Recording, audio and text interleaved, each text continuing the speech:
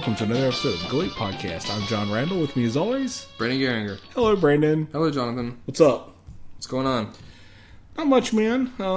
Pretty tame week. Nothing really going on with me. I've done nothing. All right, you're a boring person. I am a boring person. What have you done this week? I didn't work very much because, I guess because of the holiday. See, today's July 4th. Happy 4th of July. Yep. America is, we're kind of old now. Yeah. Another year. I don't have specific numbers, but whatever. A lot of fireworks going on outside. There are. A lot of celebration. Yep. It's like a night in Shadaloo is what it is. That's terrible. Do you have any Hollywood stuff? No. No Hollywood stuff. I mean, nothing good. Nothing good? You got bad stuff? I mean, I had a couple things, but I mean, hang on, I'll pull it You up. obviously haven't done much work for this episode. Well, I mean, I don't really care about that. That bit is only there when I want to use it. I see. That's what that is. I see. So our Hollywood Minute only exists when I choose for it to exist. Did you see the Batman vs. Superman pictures they put hello. It's my Hollywood Minute. Did you see the Batman vs. Superman pictures they put out? I did. Well, you were watching this segment. Tell me about them. This is a test for you. Tell me about those pictures. There were pictures from the movie. Oh, okay. Did you see those? No. It showed a picture of, it's got Batman, Wonder Woman, and Superman together. And it also showed a picture of Lex Luthor. And he has long hair. But I guess maybe he'll cut it off. He'll probably cut it off. Some sort of... He'll probably lose it. He'll reborn. lose it in some sort of accident. No, which will make his hair fall It's out. going to be one of those scenes where he's shaving it off, showing how he's transitioned to this new character, this new persona, is what it is. Well, I hope what it is that'll be his whole motivation for wanting to destroy Superman, is he calls him to lose his lovely locks. Could be. Stupid. Could Whatever. No, man, there's really nothing this week that I'm seeing that's worth talking about. Terminator Genesis came out. It's supposed to be kind of a hit. It's not a hit. Oh, it's not a hit. It's supposed to be. It's the bad. other way. It's supposed to be kind of bad. It's real bad. I don't know if it's real bad, but it's supposed to be not great. I've heard it's no good. Magic Mike XXL came out. When are we going to go see that? I don't know. Did you see the first one? I did. How was it? I never saw it. I always heard it was actually pretty good. It's all right. I mean, I like Matthew McConaughey. That's well known. Okay. So I enjoyed anything that he does. I mean, it was okay. It just kind of all of a sudden abruptly ends in what they believe to be like a dramatic ending, and I thought it was just kind of a petered out ending. But it was all right. It's not a fantastic film. They released the first picture of Ash from I saw that. Ash versus Evil Dead. Looks good. You think it looks good? Yeah. I kind of looked at the picture. I got it right here. I honestly, I don't know how I feel about it. Uh-oh. But you're a big Jack of all trades fan. Right? Wow. That's a pull, man. Nobody knows what that show is. I remember that. It used to come all the time. Nobody knows that show. For those of you who don't know, that was Bruce Campbell in I think a Revolutionary War type setting. He was a Jack of all trades during the Revolutionary War. It was a short-lived season. It was bad. A short-lived season. It came on like right after or before like one of these like shows with a bunch of like scantily clad women. I also think it came on like UPN. Yeah, UPN. It was that short-lived UPN time. It was like 3 women and they were like in the future fighting guys. It was another show that used to come on right beside it. They all had the same look and same budget, which was non-existent. He looks okay, I guess. What's wrong with him? It's Ash. He's older. I think that's what's bothering me, man. Well, you can't help that. I understand that. He can't help that. And I wouldn't want to see anybody else play the role of Ash. But it's just, I don't know, man. Something about it, he just looks really old to me, man. He just... Well, I mean, he looks okay. I don't know. It's not awful. Let's see it in motion. You got to see stuff I think I'm bitter because it's one of the only 2 interviews I put in for next week for Comic-Con. Because you're going to San Diego Comic-Con next week. I am. This will be my 10th time going to Comic-Con. Yep.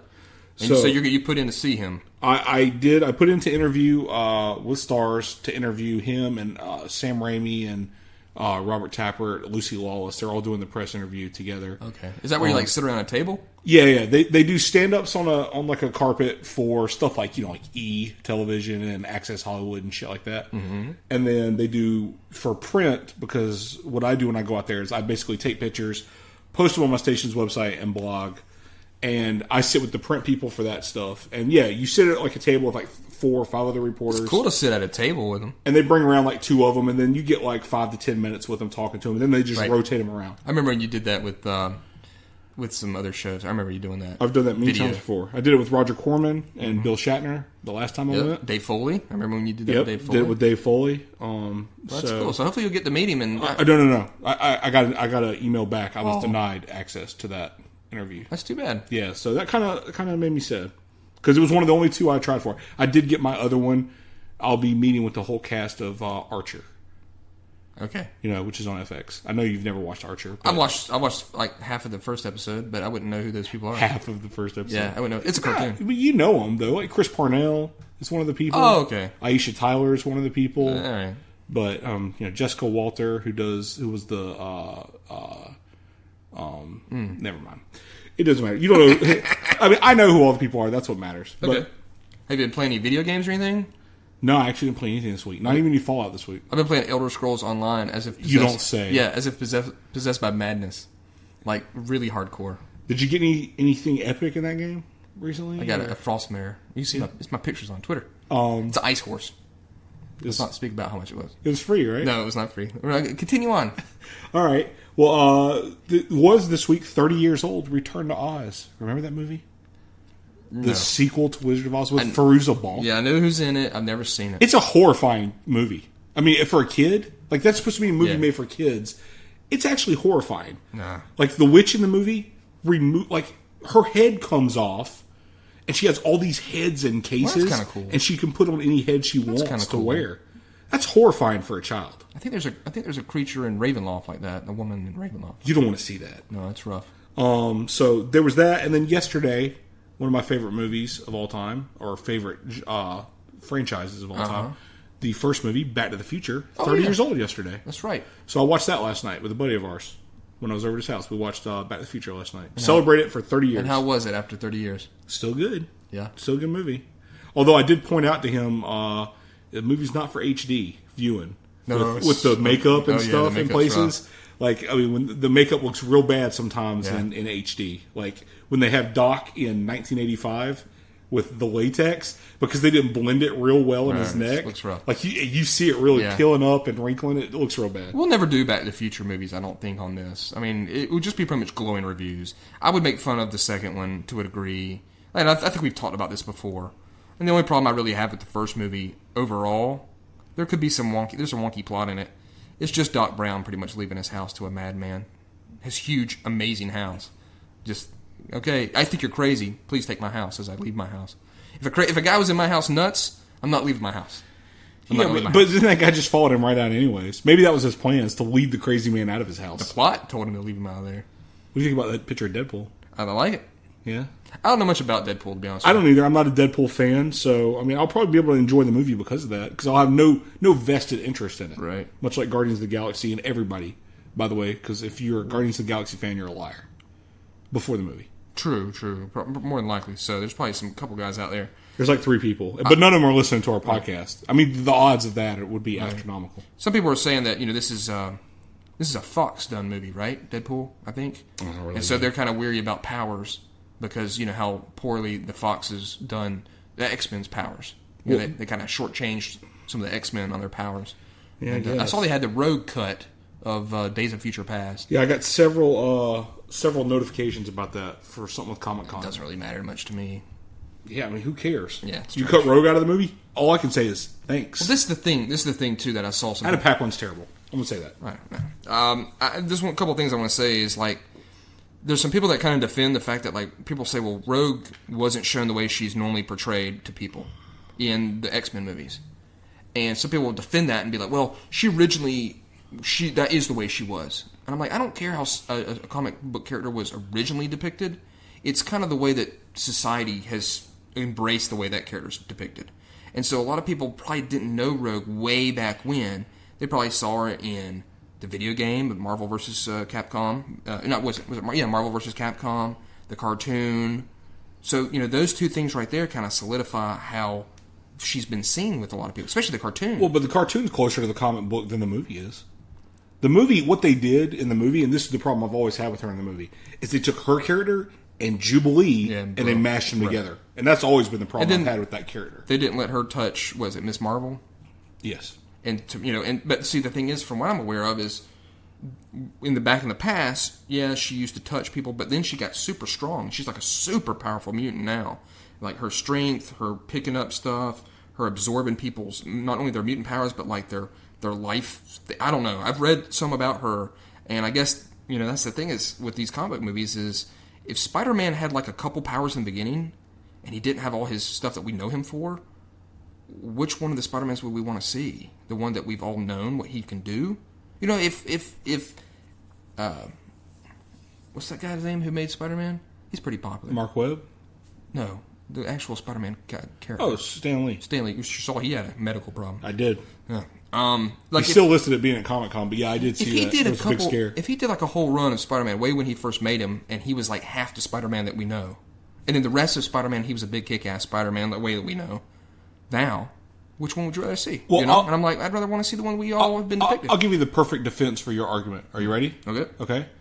The Superman that everybody knows and loves is not the Superman as he was portrayed in the original comics. How was he portrayed in the original comics? For the first 20 years, Brandon, 20 years, Superman didn't fly in the comics. Who wants to see him not fly? He could jump high. Like, he could jump. Yeah, that's where it came from. Yeah. Able to leap tall buildings. Like, that's where that came from. He didn't fly in the comics for, like, the first 20 years that they did it. Exactly. And which one would you rather want to see? Exactly. You want to see Superman that flies and kicks ass. Exactly. That whole defense about that stuff is bullcrap. I wanted to see Rogue, big and strong and powerful, throwing shit around. And instead, I gotta put my gloves on. I don't want to touch you. It's stupid. But we've got more stupidity tonight. Do we? Yep. I picked a movie for us called Street Fighter. It's a hit film. Came out in 1994. It was a smash hit in the box office. Can't deny it. I guess it did okay. But it did good overseas. It made like 3 times its money. Yeah. Almost. A little less. Well, this is the reason why I picked Street Fighter. Is because... I own it. You own it, which is a big help. We have mocked it and laughed at it in the past when we watched it. We have. It's a pile, is why. And it is a bad film, but to me, it's one that I would never give up.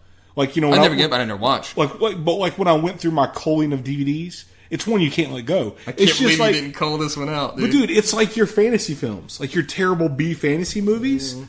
It's just a B movie, man. It's a terrible movie it's a licensed film of a product that we loved and we grew up loving. Yeah. You know? Still do. Yeah, I mean, you still love the Street Fighter games. Street Fighter's old as shit, man. I mean, every time I go into our local Pizza Hut here in Simpsonville, every time I go up there to like pick up a pizza if I call one in, like always like they got a Drake machine over on the sidewall now. Yeah.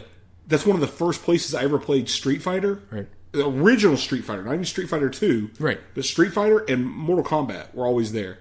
Like as a kid, that Pizza Hut on a Friday night, you'd go up there and you'd be able to play that like while your family's sitting around eating. Street Fighter was a great game, man. It's too bad that the movie was doo-doo. Movie's great. It's not great. It's not great. It's I'm gonna flip flop a lot on this movie. Well, that's the thing about the movie is that there's flip flop ability in it, but at the end of the day, I think the word is just injustice. That's the name of it. That's the word, injustice. There's just a grave injustice that's been done to the property, the characters, and the time that you spent watching it. I'm just glad it's only 102 minutes long. So the movie is called Street Fighter, not Street Fighter 2. That was going to be the sequel. If they could have had their way. It stars Jean-Claude Van Damme as Guile, also known as Gully. I knew a kid who used to always call him Gully, no matter how many times I tried to correct him. So the movie's budget was like $35 million, I think. Roughly $35 million. And it made back almost $100 million. And of course, a lot of that's from overseas. They love Jean-Claude Van Damme. I think that's well known. What is the deal with Jean-Claude Van Damme? Like you like Jean-Claude Van Damme, right? That's a strong word. I mean, I like... like is a strong word. Okay. Here's the thing. His greatest film, was his first film. Mm-hmm. At least the first film I ever saw. I think it's his first film. Isn't Bloodsport his first film? Let's take a look and see. Take a look and see real quick. I think Bloodsport is probably his best movie, and I think it was his first movie. Like, I mean, I don't know what you want me to say. Like, what is the deal with Van Damme? Yeah, what is it? What is the deal? Like, what is his? It's not his first movie. It's his first movie was called Woman. Oh, he's uncredited in several movies. Let's get that straight. In Monaco Forever, he was Gay Karate Man. That's interesting. All right. So what's his first leading film? His first leading film is Bloodsport. Yeah. And that was what year? 19 what? 88. 88. Okay. That's a great film. And to me, if you watch it today, still a good movie. Yeah. Still a good film. He's got a lot of movies, man. But yeah, I mean, he's one of those guys that's like, there's something about him. He'll keep making movies. Like, I bet he's made thousands of movies in foreign countries we don't know about. Oh yeah. Well, I guess I don't know what the thing is about Jean-Claude Van Damme. It's almost kind of like a thing where like it's hard not to. It's hard to hate him. I don't dislike him. That's for sure. No, it really is weird. Sometimes I kind of feel sorry for him. Yeah. Like, you hear those stories about, like, he's one of these people who's always been portrayed as, like, this big karate guy, and then he gets in a bar fight and gets his ass beat. Yeah. And you kind of just feel sad for him. Well, you get... And I don't want to say I'm pitying Van Damme. He's probably doing better than I am. You know. Yeah, he's better off than me. Of course he is. Come on. Fuck you. No, he's better off than me, but, like, I don't know, man. There's just something about it. It's like every time he does a movie, I'm kind of like... Aw, what are you doing, man? I don't... We've watched a lot of bad movies with him. Yeah. What was it, The Quest? No. What was the one with... Yeah, The Quest. What was the one with him and Charlton Heston? They started a movie together. That's The Quest. It's bad. It's bad. Those are the guys that took your dad! Yeah, it's really bad, dude. I don't know, dude. There's something about it. I mean, who would have thought we would have got him? Double team? With him and Rodman. That's another one, dude. That one blew our minds when we watched it. Well, I guess the thing about him, there's other actors that are kind of like him that are not great, but for some reason we like them. Jason Statham comes to mind. Yeah, I put him in that same category of he can star in an action film, but he's not somebody like I don't really want to see him. I don't know, man. Yeah, it's really weird. It's not like a Jason Statham movie comes out and I'm going to go to the theater and see it. No, I've never done that. You know, like there's I don't think there's ever been a Jason Statham movie come out that I've been like, oh, I'm going to the theater to see that. Yeah, I think we rented Transporter and I thought it was pretty good. Yeah, I mean, I own Transporter. Yeah, I got and Transporter 2. I think I got one. I think I had the first two. I don't know. There's just something about Jean-Claude Van Damme that is he's a lukewarm. And I mean, ultimately, he can't really talk good. Now, this is the difference in the two of these. Okay, one side you get Jean-Claude Van Damme, and what should be kind of the same is Christopher Lambert. They're kind of the same. That kind of like, I'm from Europe. I'm trying to speak English. I'm not doing a great accent. I would say that Jean-Claude Van Damme, in my opinion, he speaks better than like Arnold does. The way he says something. He speaks better than Lambert does too. Yeah, of course.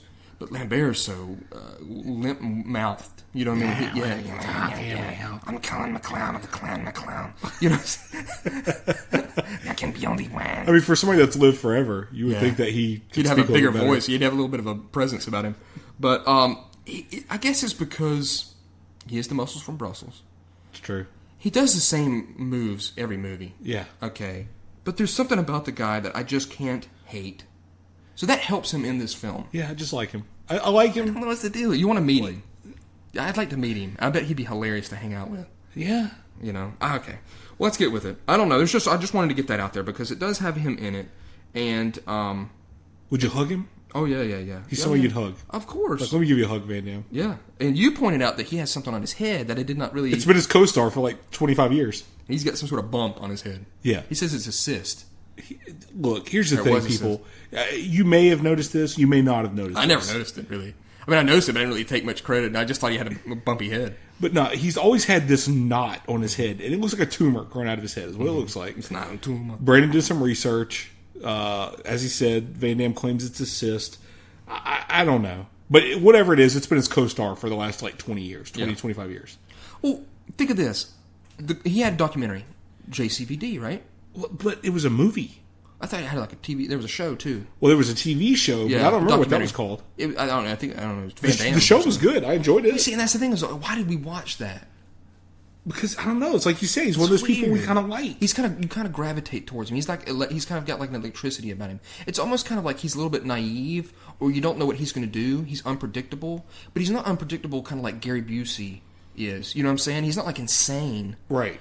But he's almost kind of like he's almost got like a smoothness about him, but it's almost also kind of laughable. But people buy into it. Did you see the clip on Conan where he went on Conan and he reenacted his dance scene from like Bloodsport? Yeah. And the two thugs come up on Conan's stage and he knocks them out. He just, I don't know, there's something about him. He's got kind of a zest, I guess, a zest for life. I don't know, it's weird. I'd like to meet him though. I definitely, if you can meet any of the big three, Sylvester Stallone, Arnold, or Jean-Claude Van Damme, who would it be? Stallone. Yeah. Sorry, I gotta go Stallone. I think I'm gonna have to go Arnold, to be honest with you. There's just something he's for me Stallone, just because of how much I love the Rocky movies. You know, my problem is that I love those two. And Rambo. He was Rocky and Rambo. Rocky and Rambo. Rambo was a pussy. My thing about him, he just didn't make enough movies for me. You know what I'm saying? Speaking of which, did you see the Creed trailer? I did. What'd you think? Here's the problem. For the first half of the trailer, I was like, why are they even calling this a Rocky movie? Like, well, they're not. Well, but I'm saying it's part of that universe because Rocky's in it. Right. You know what I'm saying? So it's like, I'm sitting there looking at it and I'm like, I don't know, man. Like, the first half of the trailer I didn't like until Stallone showed up. Of course. And then when he showed up, I was still kind of like, honestly, I feel like they cut the trailer up in a way, in my opinion, but they did it backwards. I think he's going to start off with Stallone and then leave Stallone to go with like a bigger promoter, which I feel like is going to be a rehash of Rocky V. Because that's what happened in Rocky V, remember? He trains Tommy, and then Tommy leaves to go with that other guy.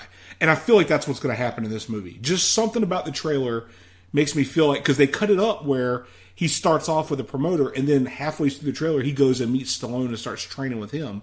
I feel like it's going to be flipped in the actual movie, and I feel like it's going to be a rehash of Rocky V. Could be. I do know that it showed way too much. The trailer showed way too much. Yeah, I don't, like I said, it didn't give me a good feeling. When I watched the trailer, something about it just made me kind of be like, I don't know. It really left me with that feeling of, I don't know how I feel about this. It didn't make me feel really great. I did enjoy the parts where they kind of mirrored some of his father and stuff with him. Right. I enjoyed that, the way he looked and stuff. I was kind of, okay, this, that's Creed's kid and stuff, and how he was like, I don't know that man and stuff. I thought that was neat.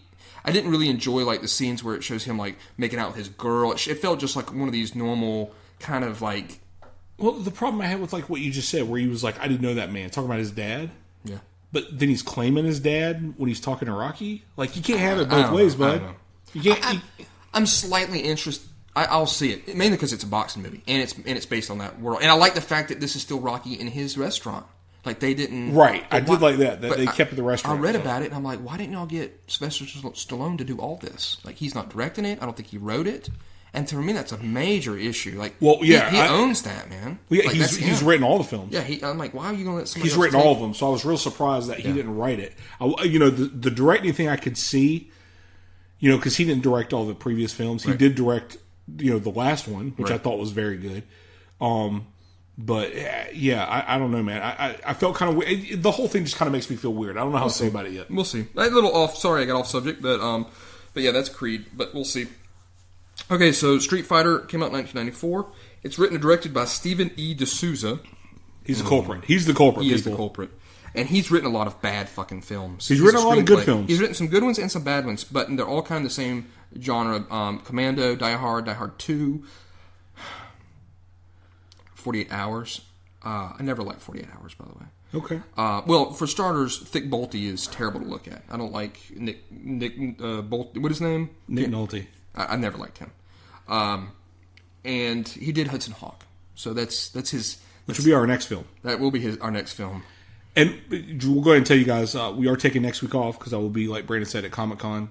So we'll be a week behind, but... there won't be a new episode come out next week, so Joe, Trey, apologies. But you do have Hudson Hawk to look forward to. Well, those are the two people I know that are probably going to be slamming their head against the wall when they there's going to be that scene from Take On Me from Aha with them in the terrible. They're going to bust through it. Yeah, they're just busting on the side of their hallway in their houses, respective. So yeah, no new Go Eat podcast next week. Unless I try to do it all by myself, watch Hudson Hawk and do it all by myself. There'll be a lone gunshot at the end of that one, and then just silence. That's the end. Yeah. And so, all right. So we'll get on to this. I don't even know. I'm kind of already at a loss. How does the movie begin?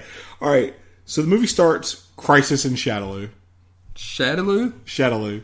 It's the fictional southeastern, somewhere between Hong Kong and Laos, Laos, town, Thailand, Cambodia, that he has created. All those in there, and this is obviously based on the hit Capcom video game. Yes. There's a civil war going on in Shadaloo. Jesus Christ. All right, go ahead. And Chun-Li is the reporter. Just like in the game. She's a reporter. She's reporting on this civil war, this crisis, if you wish. And we find out that Balrog is her cameraman. Now, this is the thing. Everybody thought that, like, the bosses in Street Fighter, Vega, Balrog, Sagat, Bison. And, of course, Bison, they were all, like, bad guys. Yeah. And yet Balrog's, like, a good guy in this. So, already an issue. There'll be many things I'll point out that I'm like, this doesn't work with the video game, but it's all good. Real quick, at the start of the thing where it's rolling all the credits on the screen, we're getting all the credits, the people's names that are, like, all the stars, that are in it. It's showing the crisis. And then all of a sudden, Marilyn Vance gets credit for the Bison costume design. Have you ever seen that? Never seen that in a film. Never seen that before in a film. That somebody gets top billing at the start of a movie for designing a costume. I wonder if she regrets that now. I don't know. What would you think of his costume? Lacking. Okay. Poor. Sorry, Marilyn. I didn't think it was that great. I mean, there's nothing amazing. The only thing that is amazing, apparently the hat does not come off no matter what you're doing with your head. It's stapled to his head. Apparently so. Or yarn was used. Like a child would use. So yeah, I've read that too. Raul Julia is General M. Bison. Costume designed by Marilyn Vance. I put 2 minutes and 15 seconds. We get our first Wilhelm screen. Yeah, which is as a guy gets tossed into a pit. Zangief. He looks like Zangief. Yeah, in the movie. He's in the movie.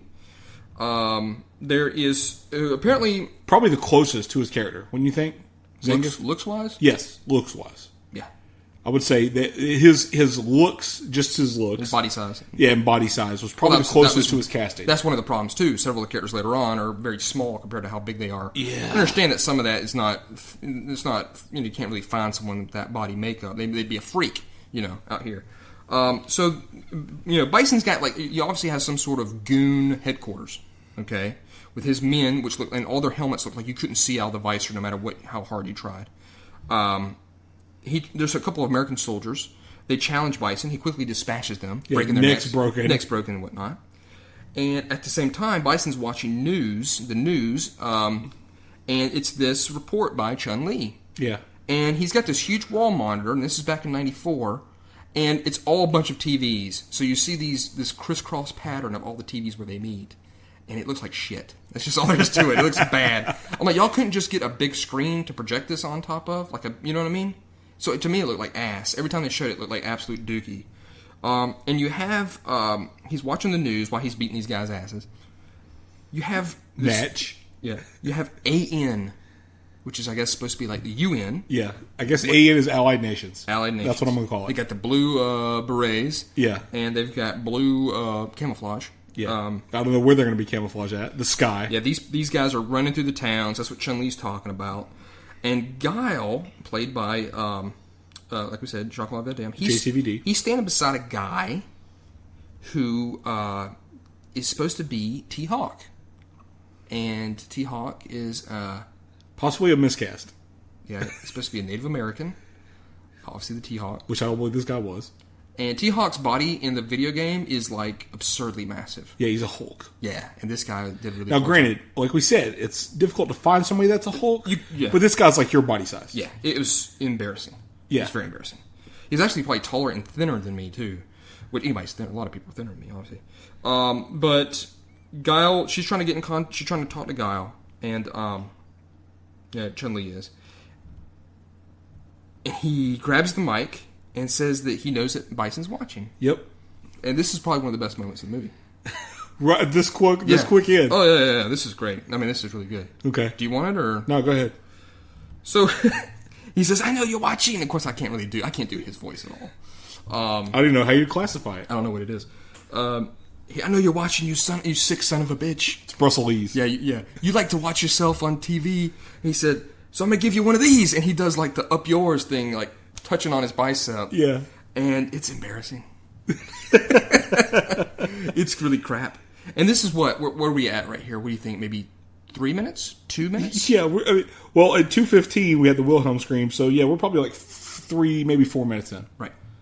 So right after this hilarious, look at my muscles, DJ, another character from the video game, he cuts the signal, and we find out that DJ is working with Bison.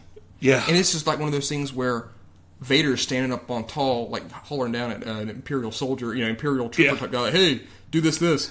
And he, yes, sir, So he cuts the signal, And it quickly switches over to E Honda because his signal's now been cut. E Honda's in the video game.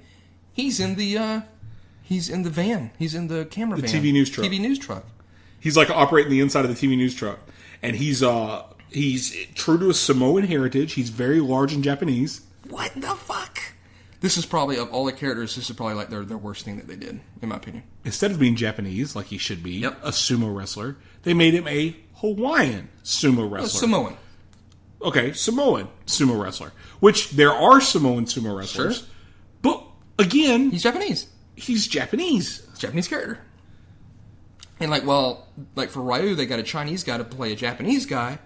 This is actually changing the character. And because one of the things they do that is terrible. Almost every time they show E Honda, you hear this like luau music play. I'm like, what the fuck? I'm surprised they didn't have him just like eating Spam and pineapple chunks. I mean, embarrassing. What? Is that politically correct? What you just said? Yeah. Okay. Spam in Hawaii. That's I'm talking about the what's the word, stereotype that they have. Like, of course, a Samoan Hawaiian dude is going to have this music playing with me. I think didn't he have Hawaiian shirts? He did. See, that's what I'm saying. It's like bad caricatures. It's like Tommy Bahama through the whole movie. It's just, I'm surprised he didn't have. He was trying to put lays on people's necks and stuff. Absurd. And I'm like, this is a Japanese guy, and this is a Capcom, a Japanese company. Okay. Which is funny because they have a problem with Ryu being cast as a Chinese guy. The producers, the Japanese producers, I'm assuming from Capcom, probably, had a problem with Ryu being cast as a Chinese guy, as a Chinese American. Didn't say anything about them having a problem with this recast. I don't know. This doesn't make any sense. Cammy's there too, played by Kylie Minogue, who we found out that Jean-Claude Van Damme screwed on set, apparently. Yeah. A little bit of extramarital affair there. He's European. They let that slide. Who can blame him? Yeah. She's pretty hot. Yeah, she was attractive. So, I've got written here, she's also part of the AN, okay? Yep. So, T-Hawk's part of the AN, Guile is part of the AN, and let's just go ahead and say, Guile is supposed to be an American. He's not part of some... He had American patches on him. Well, that's bull. But see, all the guys had different patches. I noticed that near the thing. Like, if they were from another country, like if they were Japanese, in the AN, they had a Japanese patch. He had an American patch. Still, he's not supposed to be some globe-trotting... he's an American soldier, but whatever. And I also missed his hair. I wanted his hair much for... I do enjoy Jean-Claude Van Damme with the blonde hair, though. I do enjoy that. Okay. They at least gave him that. Yep. Cammy's there. She's about 4'5", if I would say. She's tiny. I don't know how she does anything. 9 people already in the movie, 4 minutes in. These are 9 characters from the video game, 4 minutes into the movie. I mean, talk about just bludgeoning the viewer over the head with these characters. We did get an actual time. Yeah. Like, that's real. Like, we were like, okay, we've counted 9 people in the movie. How far away are we? Oh, we're 4 minutes into the movie. That's amazing. I mean, talk about just, D'Souza was just like, we've got to make sure everybody realizes that they're all in here. 9 of them. Chun-Li, Balrog, Bison, Zangief, Guile, T-Hawk, DJ, E Honda, Cammy. Absurd. And we still got more to go. Technically, Charlie comes up here in a second. Yeah, Charlie shows up here in a second. Right. Everyone's roles has changed to fit the plot of this film. Everybody. I mean, later on, there's not, I don't think, other than M. Bison. I guess, and Saget too. He's kind of a underworld type thing in Thailand.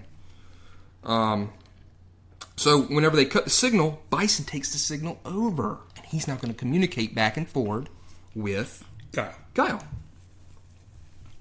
I don't even know what they talked. Did you have anything? I don't even know what they said. It was just kind of like a shit match back and forth. Yeah. Basically, he told him that they've got 72 hours to pay the ransom, which is $20 billion. Yeah, that's pretty stout. Or the hostages are going to die. He has 63 hostages. Right. And one of those hostages is his buddy, Charlie. Blanca. 10. Or Blanca. Or the 10 people now. 10 people. I always said Blanca. Yeah. So he has hostages, 72 hours to free him. And Charlie is supposed to be his friend. And they did an absolutely bullshit job of showing you that. Bullshit. That's supposed to tug at the heartstrings of Guile. Well, he failed miserably. Yeah. And he doesn't like to talk to journalists, so he gives Chun-Li the cold shoulder. Much the same way that Vivica A. Fox got it from Mr. Freeze in Batman and Robin. Okay. The cold shoulder. And now it switches over to a fighting ring with Vega. Vega looks like his character. I put bullshit music, underground fighting. That's what I put here. It's the smoky underworld of Deer Hunter. Is what Jean-Claude Van Damme said. Vega looks like... I thought that was what Stewie said. One of them. No, it was Jean-Claude. He's like, is the underground... Vega looks like his video game character, except he needs to be about 2 feet taller. That's my only problem with him. Vega was always a big, tall, lanky dude. Okay. But all good. And this is where I really have a big problem in this film. All right. Ryu and Ken show up. And I put, they nailed Ken's look. No. They nailed it. No. They did not. Ken's fucking got, like, he has yellow hair. It's not blonde, it's fucking yellow hair in the video game. He's got big, bushy, black eyebrows. And he's got long hair, too. Like, it's pretty long. You don't want to see some freak like that in a movie, though. Yeah, dude. No, you don't. You want to see some freak with a big yellow wig and bushy black eyebrows? The guy they got, caterpillars on his face? The guy they got to play Ken is a shitty fucking actor. He is garbage, dude. He's not just garbage, he's garbage. That's what he is. He's junk. And of course, I enjoy Ken. I am what they call a Ken flailer, easy to go to Ken when I play the video game. Okay. So this is your favorite character. They did justice to him. Yeah. I mean, Ken, he's my favorite to play character. Okay. I don't really care much about any of their stories. I just like how they ass kick. Right. And I enjoy the way that Ken ass kicks. I one time on Instagram, there was a thing where you're supposed to pick, like, which character do you like the most? And I picked Ken because I've been playing with him for fucking 20 years. Right. You know what I mean? And I've enjoyed the way that he moves. I know him always moves pretty much by heart. So, yeah, he means a lot to me. So they both come up. They're gun runners or something. Gun salesmen. Yeah. What the fuck is this? I put this is going to go jump ahead just a little bit. I put, you think they're gun runners. Turns out they're just con men, is what they are. I guess so. That's what they are. They meet up with Sagat. Yep. Or Sagat. I think they call him Sagat the whole film. Okay. Well, Sagat in the video game is a huge, like, 12-foot tall dude. 12 feet I don't tall. know. He's massive. And they've got... What's the guy's name? Like, most people come up to his waist in the video game. He's a tall dude. He's also one of my favorites because he shares a lot of the same moves that Ken does. Like, the way that his movements are. A little bit different here and there. But I always just enjoyed him. He was supposed to be a Thai kickboxer. Yep. And in the original game, he was the boss. In the original game. The first one? Yep. He was the final boss. And he's played by, what's the guy's name? Wes Studi. Who is a full-blooded Native American. Yep. Why is he playing a Taiwanese guy? Like, or somebody from Thailand. Thailandese? I don't know. I don't know Thailandese. I was thinking that. Why is he playing somebody from Southeast Asia? That's the problem. No idea, dude. A Native American is now playing somebody from Southeast Asia. I don't understand any of their choices in this film. He's a small dude too. And I've got he's not big. He's such a small guy for such a huge character they picked. And not only that, he's a good actor too. He was in The Last of the Mohicans. Yeah. He was Mogwai in The Last of the Mohicans. Have you seen that? Shit. And why? Yeah. Why? Like, this goes to show. By the way, this was Steven D'Souza's first film that he directed. And it goes to show why he's such a bad director, because he couldn't pull good performances out of some good actors he had. Yeah, you're right. He had good actors, but he couldn't get good performances out of them. And he wrote the script, too. It's just bad. I got here, Ken looks like Dave Coulier. When the guy does. And like you said, he looks like a guy that would be on Melrose Place. It's embarrassing. They could have done a little bit more on the way that he looked. He nailed it with his wife, though. That's true. He married Natasha Henstridge for a year. It's a good year. Yeah, that's a good year. No matter whether your marriage fell apart or not. No, that's a good year. I guess not. Maybe the last parts were not good. Well, give him the first 6 months. Yeah, the honeymoon phase. So yeah, it's Chandelou City. Sagat's taking them under because they're going to sell guns to him. Sagat turns to them and pretty much is like, "Hey, look, I intercepted your guns down at the wharf or some shit." Yeah, right? He's like, "I already figured out where they are." And he's got a lot of goons around him. They're all loading up their guns that they were going to sell to him. Yep. So this is a switcheroo moment. Yeah, they're pointing the guns at Ken and Ray. They're just standing there, and they're like, "Oh no, we're about to be shot." And they get shot with Nerf balls. Yeah, Nerf balls come out of the guns, and so it makes the most ludicrous sound effects. It's like boom, boom, boom, boom, boom, boom. Yep. Like, just stupid. So of course they have to fight because they've been found out. They've been revealed as being con men. Yep. And so it's a fight, and this is your first true fight combat scene, right? Enjoy it because there won't be many. There won't be many. The end will be a lot of fighting. I'll give it that. But whoever was the director, I think we've covered that, he did a shitty job at filming some of those fight scenes. I think they're terrible. So 9 minutes in, we get another character, DeHalsem, or however you want to call it. Yeah. He shows up as a doctor for Bison. He's been chained up. He's an Indian man. And he doesn't look like he can fight at anything. He's chained up around the neck and around the arms, and he's a doctor. They've got Charlie in some sort of machine, making him watch videos of people being killed and wars and shit. Clockwork Orange again. We got a lot of this shit in our movies. I don't know if you noticed. Yeah. And they've also got running, while he's watching these videos, there's several bags of liquids pumping into him, and some of the bags are labeled mutagens. DNA mutagens. And the other one's like anabolic proteins, I think. DNA mutagens really got me. Yeah, and they're plural. huge. Plural. One bag, multiple mutagens in there. One bag is full of like orange Fanta, and the other bag is full of lime green Gatorade. Lime green Gatorade or something like that. And they're massive bags. I mean, it's just embarrassing looking. So switch back. Ryu's going to fight Vega in the underground fighting arena. Yep. So you think a big fight's about to happen. For some reason, I've got I is given a sword. Not Ryu. Autocorrect. Ryu is given a sword. He flourishes it. Yeah. And then throws it. I don't know why they gave him that sword. Yeah. And then he throws it and hits something behind Vega. It sticks into a post behind Vega. Now, I had a problem with this because I don't know if you noticed, the sword had a curved blade. Yeah. Like a scimitar. Right. So when he threw it, the point on like the back end of the curve is what stuck into the post. How did that even happen? They didn't care. Like, I mean, it flew straight forward, but it somehow stuck in like that way. It doesn't make any sense. You should probably turn the movie off at this point. That sword didn't. Well, if not at this point, then definitely the next thing that's about to happen. Ding ding! Right when they're about to fight, about to punch each other, Guile busts through the wall in a huge tank. Not only just a tank, Brandon. It's got missiles on the tank. Multiple. I mean, huge fucking missiles. Yeah, like we're talking like missiles that are longer than the tank itself. And who crams missiles into a building? Who does that? I guess you're showing that you mean business. You guys are going to surrender, or I'm going to fire these missiles. What are they going to use these huge fucking missiles on? These are the type of missiles that would like raise up on a rail system and then launch off. Yeah. Like the kind that you would launch up into the stratosphere. That would travel These for were the quite a big, while. like 6-inch long missiles you got on the top of a Cobra tank toy for G.I. Joe. Yeah. That would sit on top with their little thing that would push down in it. That would be it. Oh, it's embarrassing. And he pops out, and everybody, you're under arrest. And so everybody's arrested. It's a stupid looking scene. Plus, I was like, wow, I thought they were going to fight. And that sucks. Very next scene. Good morning, Shadaloo! It's terrible. Oh, boy. You get this terrible announcer throughout the movie at the AN base. Yeah. Who's doing the worst jokes ever. Like, trying to be Robin Williams. How many Bison Troopers does it take to put in a light bulb? 51. 1 to put in the light bulb, 50 to rob the convenience store. Like, stuff like that. Stupid. Throughout the entire movie. Throughout the credits.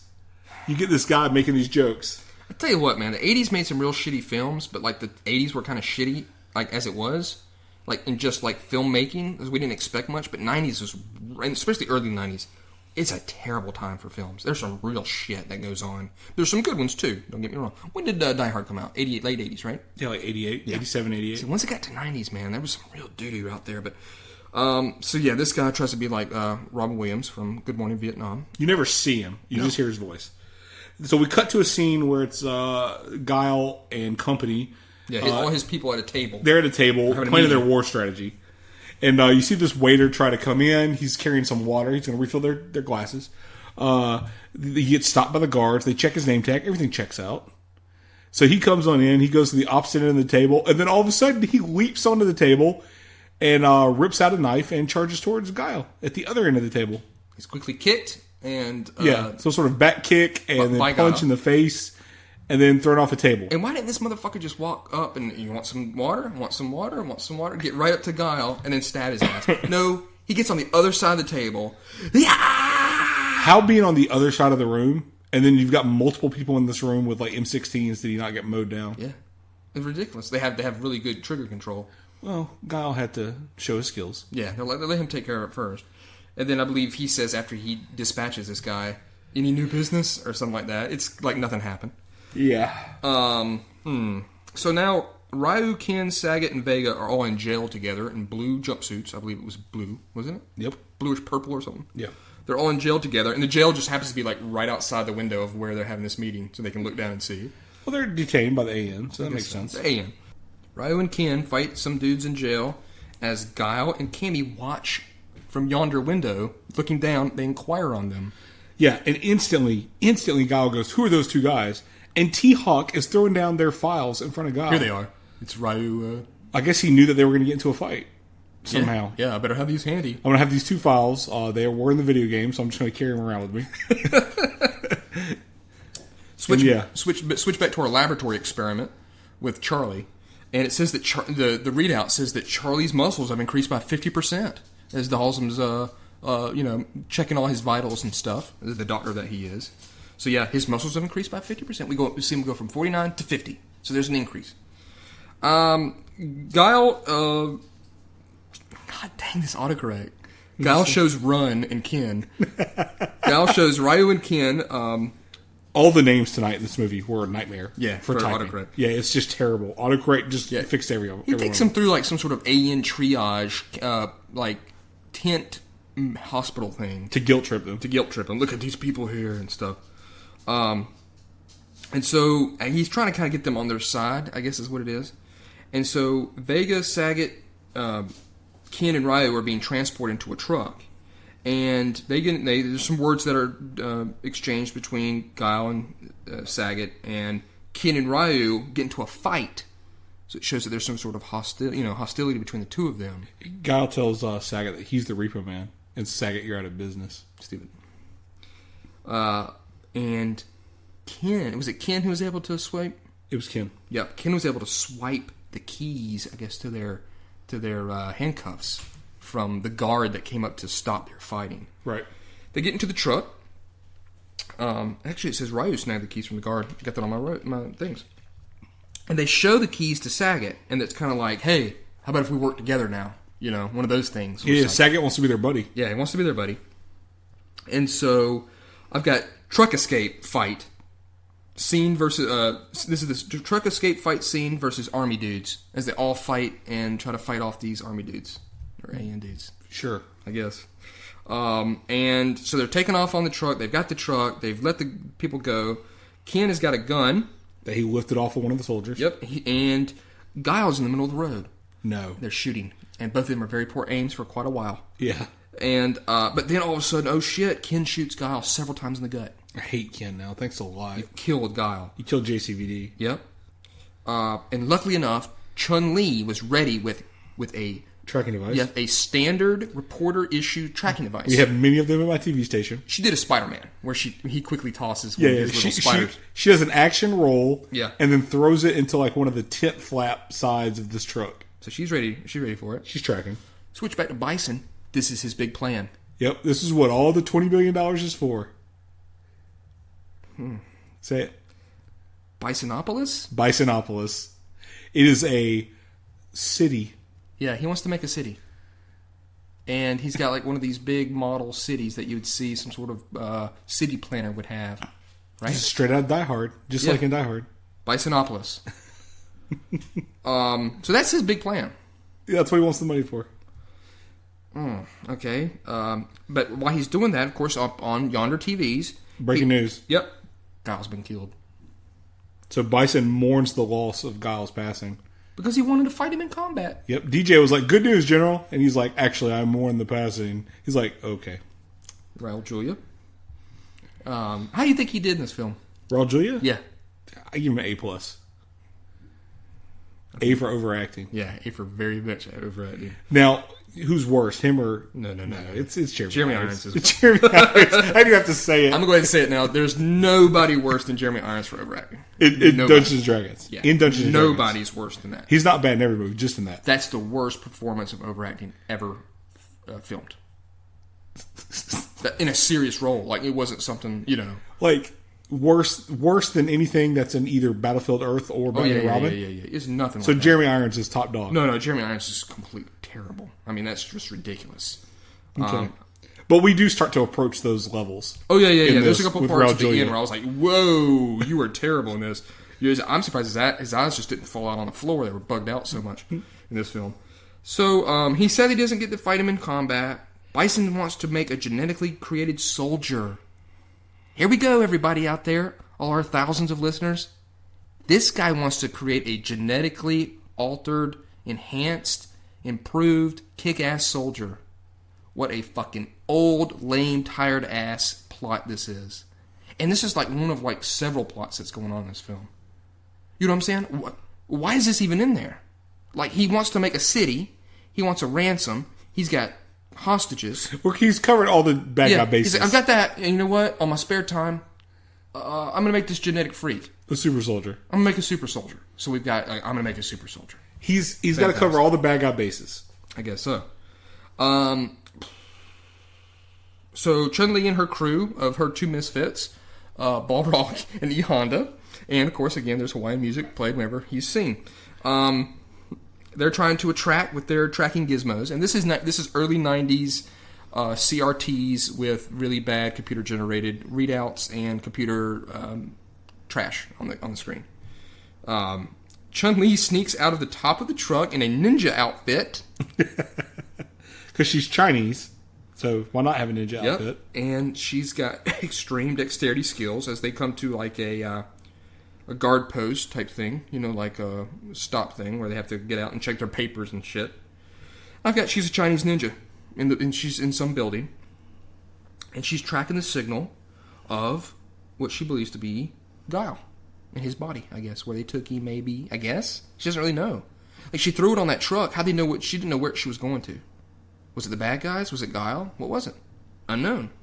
So she was just following the signal. Inside the building, she comes to a place called a morgue. No one knows what a morgue is, but it's written on the thing. So yeah, morgue. She finds Guile's body underneath the... How long had he been waiting there? He's been laying there all day for somebody to come in there. Yeah! He has been waiting on this slab with a sheet over him. He's not dead. He pops up. They were, it was movie magic on his chest. Not real bullet wounds. How long has he been? Did you think about that? No, I didn't even think about it until you just said it.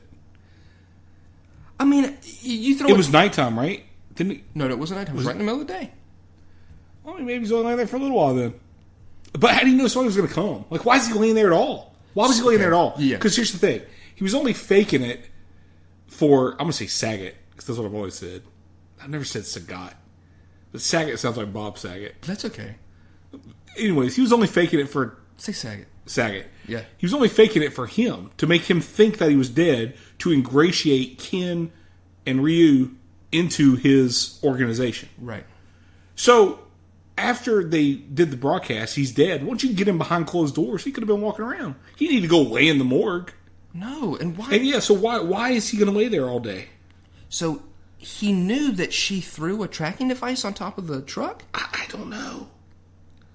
I don't know what's happening. So she throws a transport truck on the bad guys leaving.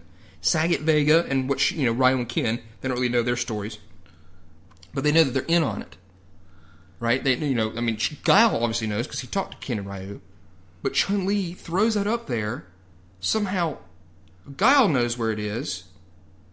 He's got it. He gets the tracking device, does he not? Yeah, that's what I understand. She throws the tracking device on the truck. The truck didn't end up in a morgue. Where the morgue is with the guy. So I don't know what she was tracking either. She was tracking something that led her to Guile in the morgue. Didn't make sense. I don't know why that happened. Just like in this whole Civil War, Jean-Claude Van Damme was like, I'm sorry. It's hard to sometimes differentiate the two. Guile was like, you know what?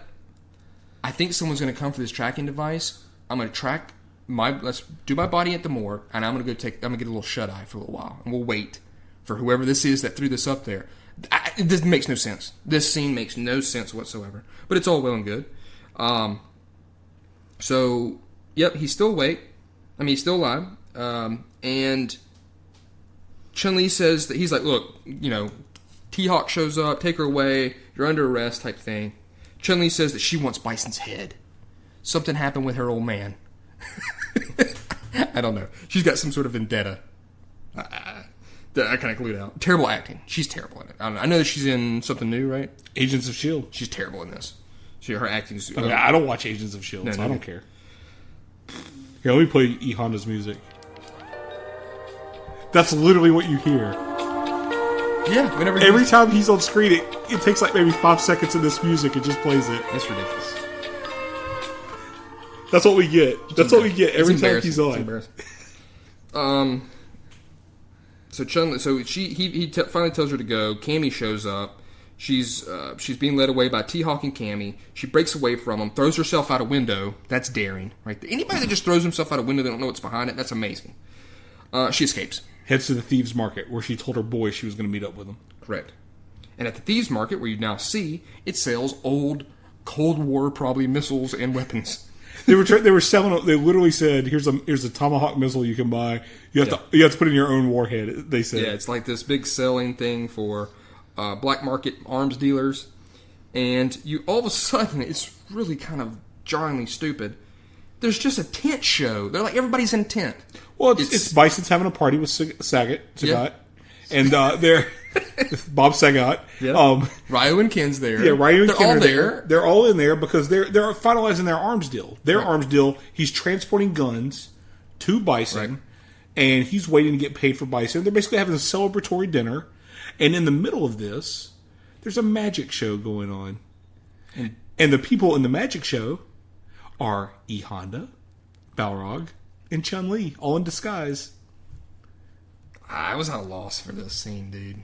There should have been a scene where you got to introduce Bison and Sagat, or Sagat, whatever you want to call him. I think we're going to have this problem throughout this whole episode. Just go with one. Ryu and Ken, there should have been some sort of introduction. It just shows them sitting there and they're in a tent. Yeah. Like fucking, I don't know. It didn't make any sense to me. So Chun-Li's part of the magic act. She's in one of these female magic outfits that all the women have to be in. And apparently, Ryu and Ken, they run into Chun-Li and her boys. This scene was really kind of just blah to me. They run into them. Bison's talking to Sagat. He's like, look, I'm going to offer you my money for your weapons. And he takes a look at the money. Sagat does, and it's got M. Bison's face all over the money. $100 bills. Yeah. Full of M. Bison's face, which, if I own one of these bills, I'd have it framed hanging on my wall somewhere. I think he calls it, like, Bison money? Bison dollars. Bison dollars. And I'm like, how? Right here, missed opportunity to call it Bison bucks. Why did you not call it Bison bucks? That doesn't make any sense. Terrible acting. Several times, I just have a thing that says terrible acting. Terrible acting. Terrible. It's really bad. Oh, so I think we could blanket the whole movie with terrible acting. Yeah. Sagat and Bison, they get into a heated face-off due to them lack of funds. Yeah, because the money it's clown money. It's Monopoly money. I'm gonna pay him Monopoly money. He tells them your money's not worth the paper it's printed on. He's like, whatever. Whenever my shit's going down, these Bison bucks will be $5. Yeah, every Bison dollar will be worth £5 British. Yeah, £5 British. Oh.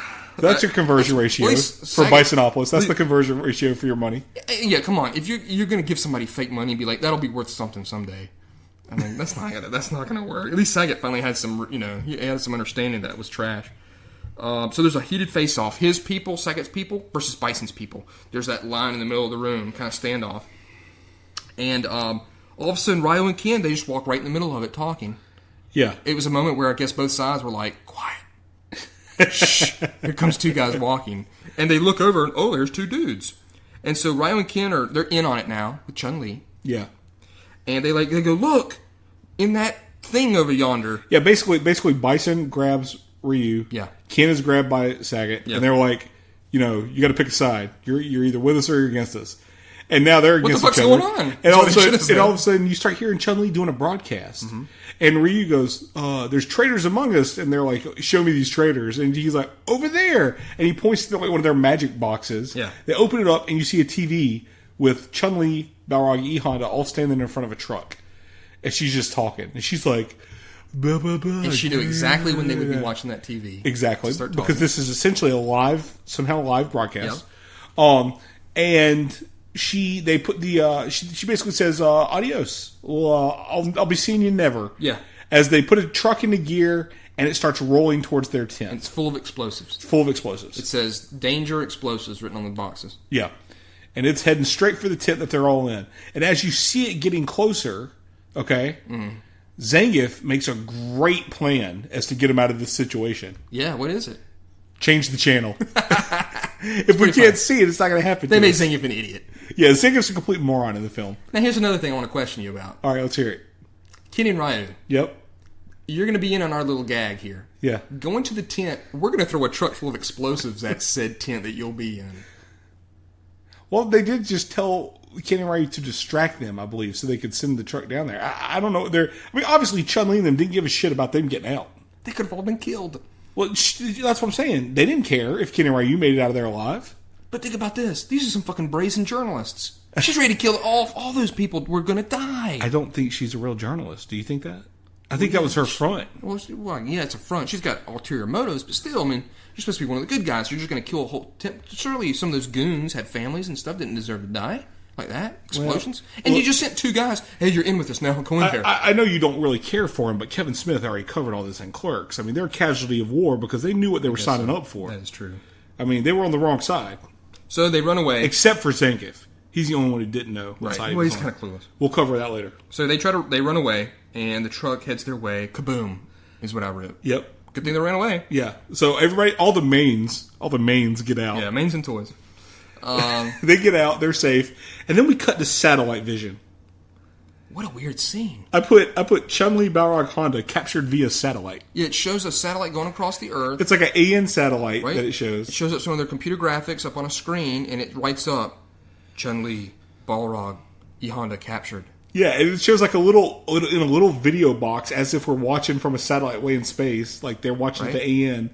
It shows them like getting captured. They're back in Bison's crib, and they've been captured. Yeah, it cuts to Bison's crib after that scene, and they're just captured. We don't know how. I thought you assholes just sent a fucking truck full of explosives to deal with these guys. Yeah, would you guys... I guess they were walking away in slow-mo, high-fiving, and then they were like, oh God, they're right behind us. Like, how did they get captured? This is a shitty fucking plot movement right here. Terrible. Terrible writing. Just absolutely incredible that Steven D'Souza was like, this is what we're going to do. They'll just be captured. I'm telling you, they were all walking off in slow-mo. Yep. Heads real high. Everything turned out great. I'm the whiz. They're high-fiving, and then all of a sudden they're surrounded by Bison's guys' guns. Well, we don't know because they didn't show it. Well, that's the way I'm writing it. That's what happened. This is a terrible plot movement device. Okay. Terrible. All right. Like, I could not believe it. Okay. So everybody's captured. Everybody's back at Bison's crib. We see a clock. 12 hours left. Yep. On a 72-hour deadline, there's 12 hours left to free these hostages. And so, what if our good guys, Guile, Cammy, and T-Hawk, what are they going to do? They're going to have a sit-down map presentation by Guile. I'll let you take this. All right, so essentially, if you think back to 1977, there was a film called Star Wars. I've heard of it. And there was a scene where they're reviewing the plans for the Death Star. The cantina. Where they're reviewing the plans for the Death Star. Minnie Bothans died to bring us this Street Fighter video. That's true. So he's standing there. You see a room full of soldiers sitting there, a projector, and he's talking about, while our main force goes this way, I'm going to sneak up this side river with Cammy and T-Hawk in our stealth boat, and we're gonna take out their radar so the main force can attack from the front. And then, just like fucking Wedge Antilles, Captain Sawada stands up and he goes, "Bacano." Hold on, I got it right here. He goes, "Colonel, a single boat against everything he's got." It took all of that guy's English to be able to say that. I'm certain he looked at that script and he just kept hours of just trying to say it right and say it to people. Does it sound right? That was his only line, I think, in the whole film that you actually hear. Later on, he had some stuff in Japanese. But yeah, he said, but like in English. Yeah. But yeah, a single boat against everything he's got. So you think this is like Star Wars? It's terrible. I mean, like, come on. And it's in the dark. Why are they in the dark? Yeah, because that's what they were in Star Wars. They were in a dark room watching the projection. It's the exact same scene. Right. It's the exact same scene. And just like in Star Wars, right after that, E Honda's getting whipped. We cut back to E Honda He's being interrogated by some Bulgarian-looking guy. Yeah. I don't know what's happening. And every time he gets smashed into, you fucking see E. Honda grinning. And while he's grinning, all you hear is this. All you hear is this music playing every time it cuts to E. Honda's face. Laughing. This is a pointless fucking scene. Because they're showing that they can't be broken. So this guy leaves all mad. Now, you were talking to me at this moment, but I've seen the movie enough to know the exact line, so I'm going to give it to you. Okay. As he leaves, Balrog looks at E. Honda's back, which is completely bloody because he's been getting hit by these, like, switches, essentially. Yeah. And he says to him, because E. Honda, his face kind of drops down as soon as that guy leaves, and you could tell he's in pain. He's like, man, how do you keep from crying out? And he goes, I'm sumo, brother. He's like, my body can be in one place while my mind's in another. So that's a tribute to his sumo training. I guess so. So there you go. I guess so. I got written here, but almost no fighting in this movie. We've been fighting to keep watching it. The movie's called Street Fighter. Yeah, not to confuse anybody. This is not Street Fighter starring Sonny Chiba from the 1970s. And I'm almost certain no one fights in the streets in this movie. No. Okay, so Ryu and Ken are now embraced by Bison and his henchman goon Zangief as they're given the look around. Take a look around at our place. Yeah, because they essentially saved Bison. They give them new duds. Yep, they're finally in their outfits from the game. Yep. Guile meets the head AN dude, and the AN have decided to negotiate with Bison. To give in to his demands and pay the $20 billion. Guile ain't having it. He goes up to all his troop, who are in formation, ready to hear his words of wisdom. Which are these words right here. Troopers, I just received new orders. Our superiors say the war is canceled. We can all go home. Bison is getting paid up for his crimes. And our friends who have died here will have died for nothing. But we can all go home. Meanwhile, ideals like peace, freedom, and justice, they get packed up. But we can all go home. Well, I'm not going home. I'm gonna get on my boat, and I'm going upriver, and I'm going to kick that son of a bitch Bison's ass so hard that the next Bison wannabe is gonna feel it. Now, who wants to go home? And who wants to go with me?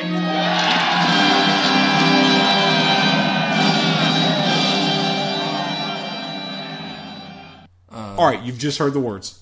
I'm going to cut them in. Okay. I've just cut the words in so they can hear the entire speech. Okay, so he's going to go kick M. Bison's ass, is what he says. And they all run and go load up on the boats. And he's got a stealth boat that he loads up into. Yep. Chun-Li is talking smack to Bison in her more traditional Chun-Li garb. Back at his... Her little buns on top of her head. Her little buns on her head and her outfit. And it's some sappy story about her dad. I didn't really listen. I don't think he was really listening either. But it's at his place, and it's kind of like where he sleeps and stuff. I guess it's back. He's like it's his bedroom. He changes into like a smoking jacket. Yeah, he's trying to sex her up. He's trying to sex her up. And he basically says this. She gives her a whole speech about like her dad being killed by his guys, and he says to her, "For you, the day M. Bison graced your village was the most important day of your life, but for me, it was Tuesday." Yeah. He said he doesn't remember any of it. He doesn't care. It was just another day of being a dictator to him. How does he know? He doesn't know anything about it, but he knows that day was a Tuesday. That's a great line. Yeah, it is a great line. I actually love it. So Ryu and Ken, they go to try to spring Honda and Balrog, but Honda and Balrog attack them because they think they're in league. They don't understand. They don't understand now. This is a switch type thing here. Yeah. Ken and Ryu knock out the interrogator. They open the door. They walk in. These guys are really glad to see us. And then they're instantly getting their ass kicked. And this is a key moment where you hear the Hawaiian music for some reason. I got Bison trying to get fresh with Chun-Li. Yep. Understandable, I guess, in this movie. Yeah, I put Bison sexes up Chun-Li. I would sex up Ming-Na. Yeah. Chun-Li kicks Bison's ass. Yeah. And our heroes jump into the room as Bison locks himself into a safety room. Yeah, and he gasses the room. He gasses the room, knocks all our heroes out. There's a real delay with... Was it E Honda? Yeah, by the way, there's a ton of gas. There's a ton of gas pumping into the room. Everyone can see this. Yeah. You can see it. And then all of a sudden, E Honda, gas! There's a terrible wall-mounted skull on the side in this room. It's his fireplace. It's his fireplace. When they all get knocked out, it shows this skull-mounted thing with fire in its mouth, and it does a fade into Bison's laugh. Maniacal it's laugh. Really stupid looking. Guile's on a boat. He's got T-Hawk with him. He's got Cammy. They're in their short shorts. They got their tank tops. They got stupid big helmets on. And this is a really bad fucking scene. All of a sudden, this terrible song starts playing. What is this? Was that music that was inside the boat, you think, or just part of for us to listen to? I feel like it was for us to listen to. What were they thinking? I don't know, man. Well, he puts in a tape. A tape? What was that? It was like a Betamax? No, it's like a little digital tape. I guess. And it shows a video of him back in his old days with Charlie and two broads. They're on a date. Laughing it up, and this is pretty much all the interaction you get to further their friendship. And if you weren't really paying attention, when you wouldn't have a clue. Oh, that's that guy that I saw in the beginning of the movie. Yeah, that they haven't really mentioned at all about. And of course, since they do that, it goes back to the lab. Reveals Blanca. He looks like shit. It's terrible. Just terrible. He's a mixture of the Hulk and Carrot Top. He looks really bad. He's a monster, pretty much. And I got the Halsem switches the blank video to nice shit. Instead of watching all that bad shit, he's watching a wedding, Martin Luther King Jr., people kissing, little girls picking flowers, something like that, shit like that. Stealth mode. That's what I got written down next. As their boat activates stealth mode. So when they activate stealth mode, they all drop their visors for some reason. Yeah, and then after they're in stealth mode, they lift their visors up. What the fuck? Why'd you have to drop your visors? I guess there was some sort of bright flash, or something. I have no idea. It was really stupid.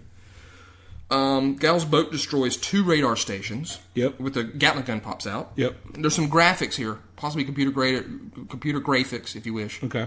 Or something. I don't know. They did some sort of techno stuff on his boat to make it look. This is probably a lot of the budget went into this. So Bison and them figure out about it. They jam their stealth stuff. And he says, "Prepare for attack mode." This is Bison. Yeah. And now here's the problem. And I can see where you said the end of the movie was supposed to be them flying jets. Yeah. That's obviously what it was supposed to be. They decide instead, okay, we'll use boats. But here's the problem with using a boat that's supposed to be stealth.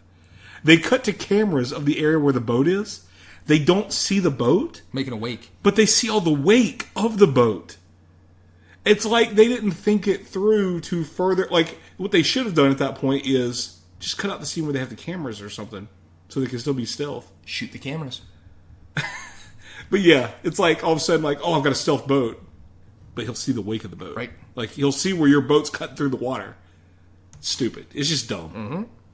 Mm-hmm. All these Gatling guns pop up. The Gatling gun budget was very large in this movie. Yeah. They pop up out of the ground, and all of a sudden, Guile switches some little lever or something, some switch, and he's able to talk to Bison.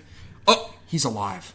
So Bison now knows that Guile's alive. Yep. And he really wants to destroy that boat now. And Bison gets on some sort of hover platform. Yep. Hover technology. He wants to destroy it, so he has mines in the water. Yep. Bison on his platform has an intricate controller. Yes, intricate controller. It is pretty much the cabinet controls from the Street Fighter video game. It's not pretty much, it is. Yeah. I mean, you see the entire world just like it was. It even has 2 joystick layouts and 6 buttons for each joystick. Yep. And so, like Jonathan pointed out when we were watching this, he's acting like he's hitting the buttons and moving the controls. And what does it show? It just shows a mine detached from its chains. Yeah. And you've got to hit all those fucking buttons just for a mine to detach? It should, like you said, it should be 1 button, detach mines. But he's working it. He's over there working it. I'm not sure if we should even be watching that. And so I say Bison blows the shit out of their boat. Game over. Yeah.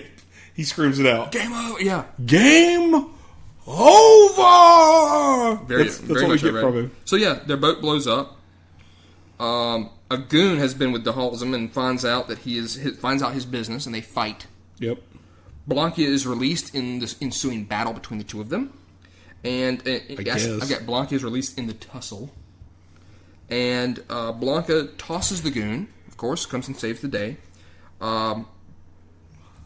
So, in that fight where he got tossed with mutagen? Dhalsim got like he got some of that stuff. Yeah. When he got knocked away, like he hit the thing that was holding the mutagen, and some of that shit falls on Dhalsim. So there's a fight between Guile and his friends with the goons outside. They're trying to creep up this temple. Yeah. And they're shooting outside. And technically, I'm gonna say that right here is this is the whole last part of the movie.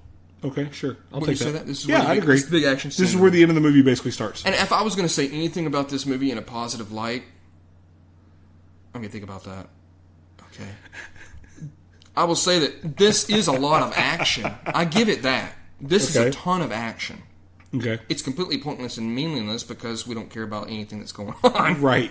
And it's a lot of the shit that's in there is pretty poor, too. Right. But it's a huge action scene. It goes on for about 30 minutes. Yeah, it's a very big action scene. Last 25, 30 minutes of the movie. I'm going to give it that. I'm going to give it that in a positive scene. Okay. So Guile was able to go into the temple, and it's obviously a set. We noticed that. Yeah. He slips and slides down, and so it switched back to Bison. The timers run out. Yep. DJ, has my money been deposited into my offshore Cayman account? He's pushing on the buttons. Yep. And when it goes, it says total balance 0. It doesn't. It makes what the fuck? So the money has not been sent. We do not have the money, General. Yep. Guile makes it inside to the laboratory from the temple side. So you got temple, and then you've got bad guy layer inside underneath temple. Kind of neat design, I guess. I don't know how exactly you made all that underneath this temple, but all well and good. So all of a sudden, Blanca's there. Blanca. He attacks Guile. I could not understand anything that he said. Blanca almost. It is gibberish. And he's like, "What have they done to you?" This is, Van Damme. This is Van Damme. Guile. And so what is his cure for this guy? Yeah. Basically, Charlie. Charlie says, my buddy. He says, "I need help." And he goes, "Okay, I will help you. Pick up gun, point cock gun, point straight at Charlie's head. He's about to blast his buddy in the head. He's like, I'll help you, and then I'll go make Bison pay." Yeah. Pay for what? You're about to murder your buddy. I guess he didn't like his buddy like that. So then Dhalsim puts his arm on Guile, and he's like, "No." He's like, not like this. And, yeah, they have a little back and forth. And then it goes back up to Bison. Yeah. This is a scene that just really got me. He opens up these big doors in the floor, and there's all these hostages. There are 63. 63 hostages. Now get this, people. What he was going to do, this is his plan. He's going to take Blanca as this genetically super engineered soldier creature thing. Monster. He did, and you know what's funny about it? He's never even looked into Blanca. He's never checked and see if this program working. He didn't check the progress. Yeah. He didn't check the progress. He didn't see what's going on. He's got this guy caged up working on it, right? Yeah. He just assumes that he's doing good work. That it's done. And that it's going to be able and capable of murdering with its hands 63 people. He says to the people of the world call me a monster. I want to show you what it's like to be killed by a real monster. But there's 63 people in there. Yeah, they could have piled on him. I've got it right here. That's a lot of work that Blanca's going to have to do. I'm certain if he would have gotten up there, he'd have been like, "Oh, boy." Like cracking his knuckles. All right. Doing some stretches. I've got super overacting because this is a bad moment for him. But yeah, Blanca was going to go down there and murder with his bare hands. He doesn't know how it's gone. He doesn't know how this experiment's happened. If it's worked out, he's going to go in there and single-handedly kill all these people. Men and women. Okay. It's a plan. It's a plan.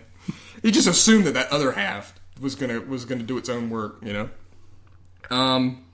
So Guile, instead, he takes the place. See, there's the incubation chamber where Blanca's being created. It rises up through the floor. So Bison, he looks at it. He thinks, there's all these blades that come out of the ground, which we have no clue. I still think they were meant to basically herd Blanca straight to the hostage floor chamber. Is to keep him from coming up in that pod, right? And then just run in whatever direction he wants to run in. Why not? Because he could murder anybody. But with all these blades, they basically created a fence, like a walkway, a pathway, that takes him straight to the hostage pit. Who uses blades? Just make a wall or something. I don't know. It's just dumb. And so he's thinking, sweet, here comes my killing machine monster that I'm just hoping has been created. Yeah. I've not been looking into it. I've not been double-checking this work that this caged-up Indian dude's been doing. And so here it comes. This must be my monster. I can't believe we've been saying that. And who shoots out of the hole of it? Brundlefly. No, it's Van Damme. It's Van Damme. And he flies about 50 yards. Yeah. In a flying kick maneuver. With a jump kick. Yeah, with a jump kick. Yeah, I put surprise kick, exclamation point. And he kicks Bison. Yeah. And there's a big fight. Now I'm going to do this. Okay. At this point, up until their actual confrontation with the two of them, all I wrote for my notes is all hell breaks loose. That's my notes for all this that's about to happen. So I'll let you take it for a little bit. So that's all your notes? No. Up until Guile and Bison fight each other. Okay. Everybody's fighting. But in between here and there, it's all hell breaks loose. So everybody's fighting. Soldiers are shooting guns and bullshit is what I got written down. E. Honda and Zangief square off and they're going to go fight. All right? Boats are coming in with the AN soldiers. This is a big ramp up for the movie. I'm going to give it that. Bison, he really counted on this one experiment to really come through for him. It was foolish. It was foolish, yeah. He really put all his eggs in one basket. And this is the thing. This is it. Okay, when these guys are coming in, this is when if you're going to watch this movie, you find where this is where you should start watching this movie. Start the movie here. Really? Start the movie right here. I'm being dead honest with you. This is where the movie, if you think you're going to see a Street Fighter movie that's got some action in it, it's going to be bad action. It's not going to be great. This is where you should start watching the movie. Okay? Yeah, for fights between the characters from the video game, this is where you start. And I've got about 15 more things in my notes. That just shows you how much is left of this film. Yeah. So yeah, come in right now, and it's a good place to be. So the AN is busting in. They're shooting guys outside the temple. They're coming inside the laboratory type thing. Guile's in a standoff with a bunch of goons. And he thinks he's going to have to, fight all these dudes, but all of a sudden he looks behind him and all the AN soldiers are there. So that's good for Guile. Yes, it's the Indiana Jones scene, like where all the troops are behind him. Right. Bison swings in on a catwalk, onto the catwalk that Guile's on, and it's a fight between the two of them. Now, is that where you've got? Yeah. Okay, so that's where that Japanese dude is watching on Captain camera. Sawada. Yeah. I put Japanese AN troops tapping into security, okay? Mm-hmm. One of them says, Captain Sawada, we have something here. And he goes, great, this could be a strategic value. Let's take a look. Strategic value? That's what he says. That's literally what it said. And then they punch up a monitor. And Honda and Zangief, while they've been fighting, they've crashed to a wall at one point. They went down. And then another time they fell through a floor. Which was really a tarp. We don't know where they landed. Nope. But we're about to find out on the security camera. All of a sudden, tapping the security camera, we see the model of Bisonopolis. Yep. All of a sudden, Zangief and Honda are fighting on top of the model, a la Godzilla. It makes the noises. And it makes the Godzilla noises as these Japanese people are watching it. I was like, what the fuck are they doing with this scene? What a stereotype. Well, what were they thinking? I don't know, man. Like, what was he when he was directing this? He was like, "It's my favorite part of the movie, actually." It's ridiculous, but why? Terrible. Why does it exist? Okay, Godzilla noises are made terrible. I don't know. Like, they just didn't care at this point. Fuck it. So back to the fight now. They're on top of the hover platform. They're fighting Guile and Bison. Yeah. Guile does some of his signature moves. Yep. Such as his flipping kick thing he does. Yep. He does a couple of these moves. It's a flash kick. Yeah, flash kick. He knocks Bison into a terminal, like a computer terminal. Yep. He's electrocuted. KO'd. And so while Guile is on the horn talking to people, Cammy. Yeah. All of a sudden the computer, it kicks his body back to life. Like it starts to bring him back on. His suit. Like it's doing CPR in his chest and stuff. And then it shocks him. Yeah, it shocks and then him. It gives him an adrenaline shot. Yeah, it gives him an adrenaline shot. And then he is alive, and Jean-Claude Van Damme, a.k.a. Guile, he does the old look back, and he gets force lightning by M. Bison. Unlimited power. Yep. After this, a fight that I absolutely don't care at all about is Ryu runs into Vega, and it's a fight. Bison, he talks about the technology that's used for his hover platform is in him too. In his suit. Yeah, in his suit, and he's able to now levitate off the ground. Yep. He slams into Guile as he flies towards him on strings, I believe. I'm not sure about movie magic, but I believe that's strings. And now, in the middle of this Vega-Ryu fight, Sagat shows up. It's a 2-on-1 type deal. Yep. So it's a menage à trois. All right? That's for Trey. And so Ryu's he's in the shit right now. But here comes Dave Coulier, Ken, fighting with him. Bye-ya-ya! So Sagat and Vega are beaten after a poorly choreographed fight scene. But we get to see two things in this fight scene. We see the fireball. Do we? And we see a dragon uppercut, which looks amazing. So, yeah, you're going to see... We're not going to elaborate on either of those? Mm-hmm. All right, the fireball is essentially Ryu making the motion at point-blank range into Vega's chest, and you just hear the noise. Yeah. It doesn't even go, Hadouken! No, he doesn't even say that. The dragon uppercut... Shinryuken! It's just like a... Is worse... Okay, it's a slower turn than Alec Guinness did in the lightsaber fight with Darth Vader. Wow, that is really slow. I mean, it's like... It's literally like he did it, and he just kind of just walked in a circle with his arm up. It's like the actor was embarrassed to do it. Super signature moves. These are Hadouken, Shinryuken. We never saw Tatsumaki Senpukaku. By the way, we skipped over, but at one point, Balrog grabs a guy by the collar, and he winds up his fist, and it makes like the Looney Tunes tornado noise. I was not going to write that down. When he goes to punch somebody. Yeah, punch him, and he's put on boxing gloves. Well, he's a boxer. Why are you going to soften your punches? He's protecting his hands, bro. There's livelihood. This is a life or death situation. Life or death. Okay? I don't think you need to be like, I'm going to soften my punches. I don't want to hurt my hands. No, I'm going to fucking beat your shit out of you so I can get out of here. But yeah, Hadouken, Shinryuken, we never saw Tatsumaki Senpukaku, so I was very upset. All right?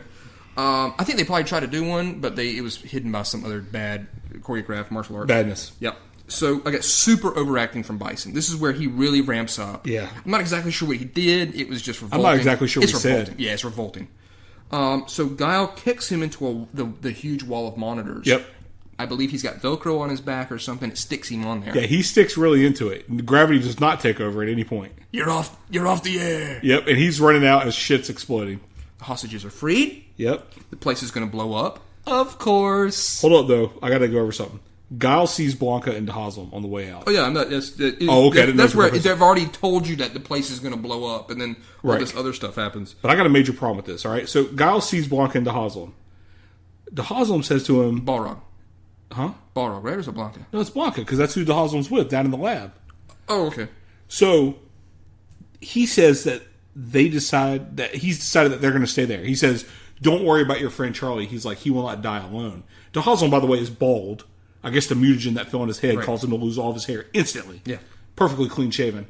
It gave Charlie a nice, huge, stark hair of orange hair. Yeah. Head of orange hair. Well, that was the anabolic shit that was there. Gotcha. The doctor got the mutagens on him. Okay. The problem I have with this is this. Because Haslem says, I have to stay here to pay for what I've done. You know? Like, this is my penance. To die here is my penance. I don't know. He must have done some other fucked up shit for Bison leading up to this very successful experiment that is Blanca. I guess. So he says Blanca won't die here alone. You know, I'll stay here with him. But here's my problem: if you're only going to keep Blanca here to let him die, why did you stop Guile from shooting him in the head earlier? That's true. Like, why'd you stop that? If you were only going to keep him here later on to die with you, why didn't you let him take a bullet in the head? Yeah, just let him go ahead and be shot in the head. Now you're going to die from explosion or falling debris. Terrible, much terribler death. It doesn't make any sense. It doesn't make any sense. So, yeah, of course, the place is going to blow up. That happens. DJ tries to explain some stuff to Zangief. Yeah. He's like, look, dude, face it. M. Bison is the bad guy. Yeah. These are the good guys. All these countries came together to stop this crazy dude. Yeah, he's like, Bison is the bad guy? He's like, why did you help him? He's like, because he paid me a ton of money. You got paid? He's so stupid. So, DJ's got this big chest. Fuck you, Zangief fans. Yeah. He really hates you in this movie. And Zangief is such a badass in the game. A lot of people don't know that. But so Zangief, there's a point where a door, of course, is going to close there and stop people's escape. You think they're going to be trapped. Zangief shows up, helps... catches the door, shoves it back into the ceiling. Yep. Ken and Ryu helps him as well. Kablooey is what I got written. Yep. As the place blows up. Did Guile make it out alive? We don't know. He's not with everybody else. Our bad guys are captured, that being... who is it? Just all the bad guys. Like, Soldiers. all the soldiers are captured. DJ and Saget, they make it out, and they've got DJ's pay in his chest. During all the explosions, he snuck off the Bison's quarters and stole a trunk out of his safe. Right. He's like, this is my paycheck for helping him. Yeah. Then all of a sudden, out of the smoke and debris, Guile's alive. Thank God. Guile's alive. I never thought that was going to happen. I thought he was surely he was going to die.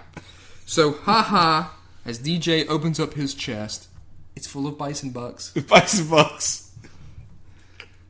Oh, there's more explosions from Yonder Temple. Yep. I guess they hit some other things in there blew up. Highly explosive mutagens in the mutagens rooms. And then we have the last scene of the film. Yep. In which there's an explosion. Everybody kind of turns around, but kind of fans out in a way to where when we cut back after the explosions, we see all of our heroes. They quickly strike a pose. Street Fighter pops up on the screen, and that's the movie. Yep. And all their poses were all their win poses. Whenever they win a match in the game. Yeah. Is what it was. And then the credits roll. There are two unknown, unrecognizable songs that are played. Terrible songs. That have nothing to do with anything. We get a few more jokes from Good Morning Shadaloo. And then there's a post-credit scene. And what do you think that would be? You didn't know about it either. I didn't even know. After all this time I've seen it, I don't remember ever watching it. But it's so bad, you had to quickly turn it off. Yeah.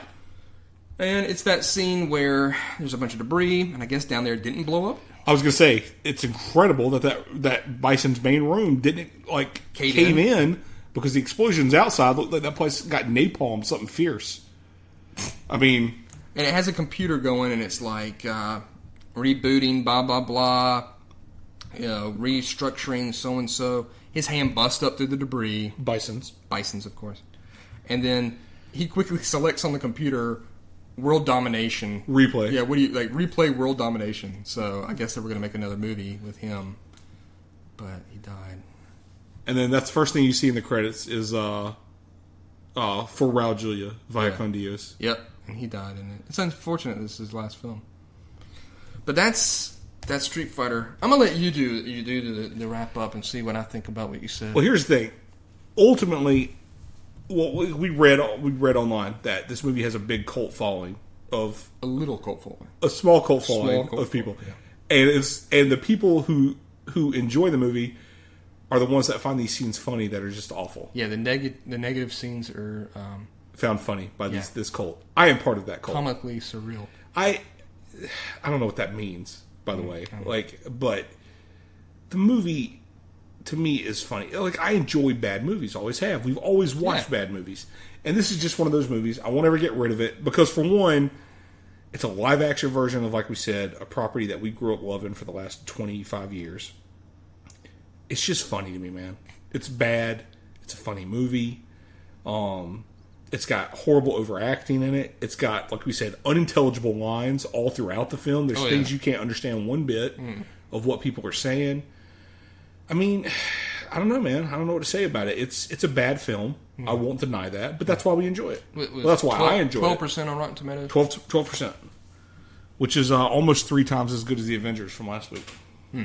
Avengers is abysmal. It's... there is some funny things that happen in it. I don't think they're funny as much as what is it? What's one of those movies we looked at that had some really funny shit in it? Oh, Last Action Hero. Yeah. Last Action Hero's got much funnier shit than this. Oh, yeah. This is a ass wipe of a licensed movie. They shit again on a video game. You know what I mean? This is prime example of a video game license turned into a movie that's shit. Jean-Claude Van Damme is supposed to be American. He's not American. He's from Brussels.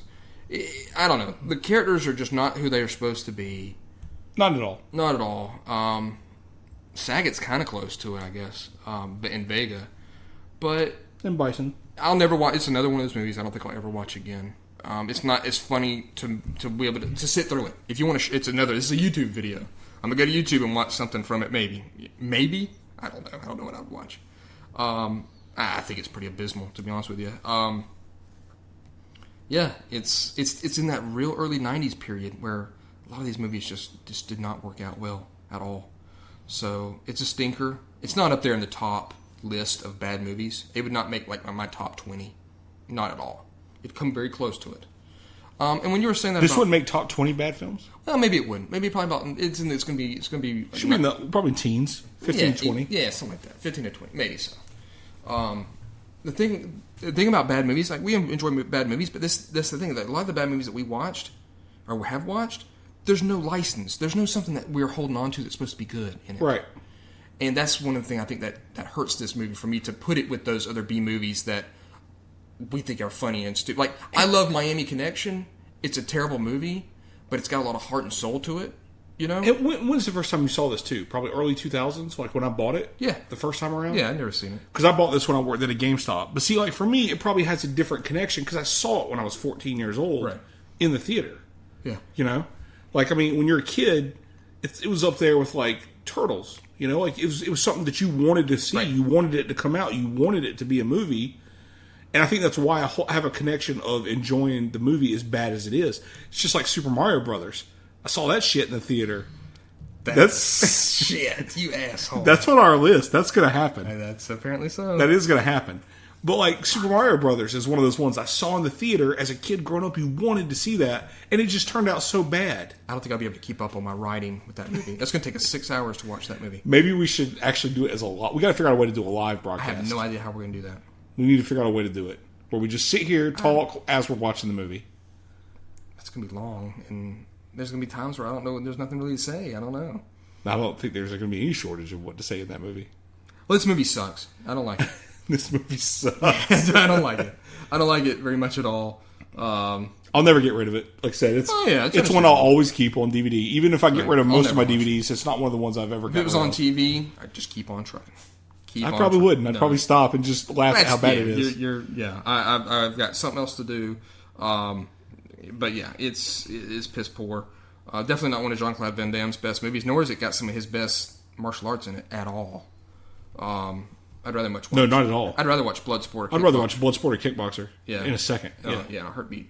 Or a Universal Soldier, for all that matters, and he doesn't. And I've never seen that movie. Oh yeah, you need to see it. I've never seen the original Universal Soldier. It's not great, but it's alright. Never seen it. It's lukewarm. What are we doing on time? And then he was in the fourth one. About an hour and 35 minutes. Jesus. All right. Well, that's our movie. Next movie's going to be in 2 weeks. 2 weeks, because we're off next week. Yep. Hudson Hawk.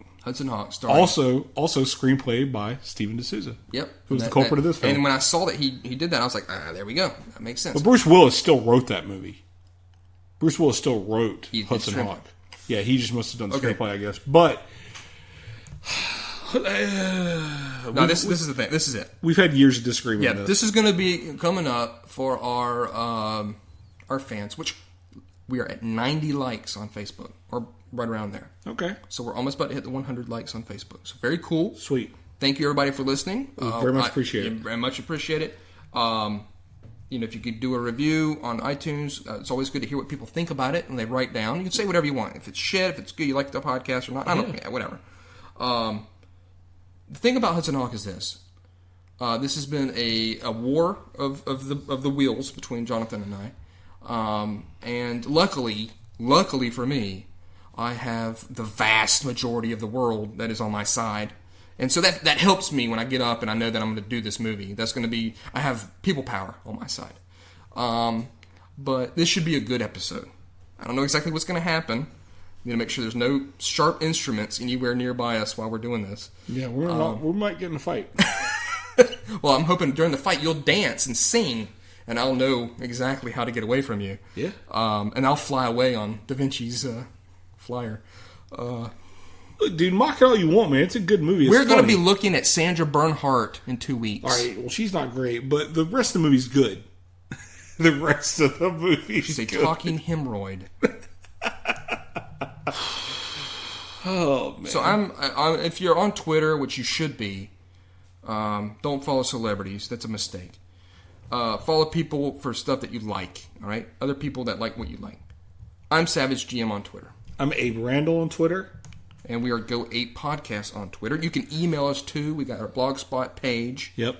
You can tell your friends about us. Yep. The email is goapepodcastshow@gmail.com. Correct. And I think that's it. So we'll see you in 2 weeks. 2 weeks. Hudson Hawk. Jonathan's got a song.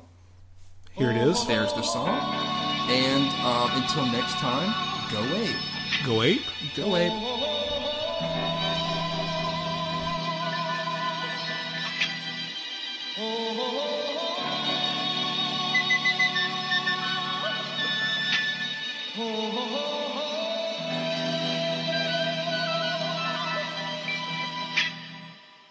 Everybody was calling.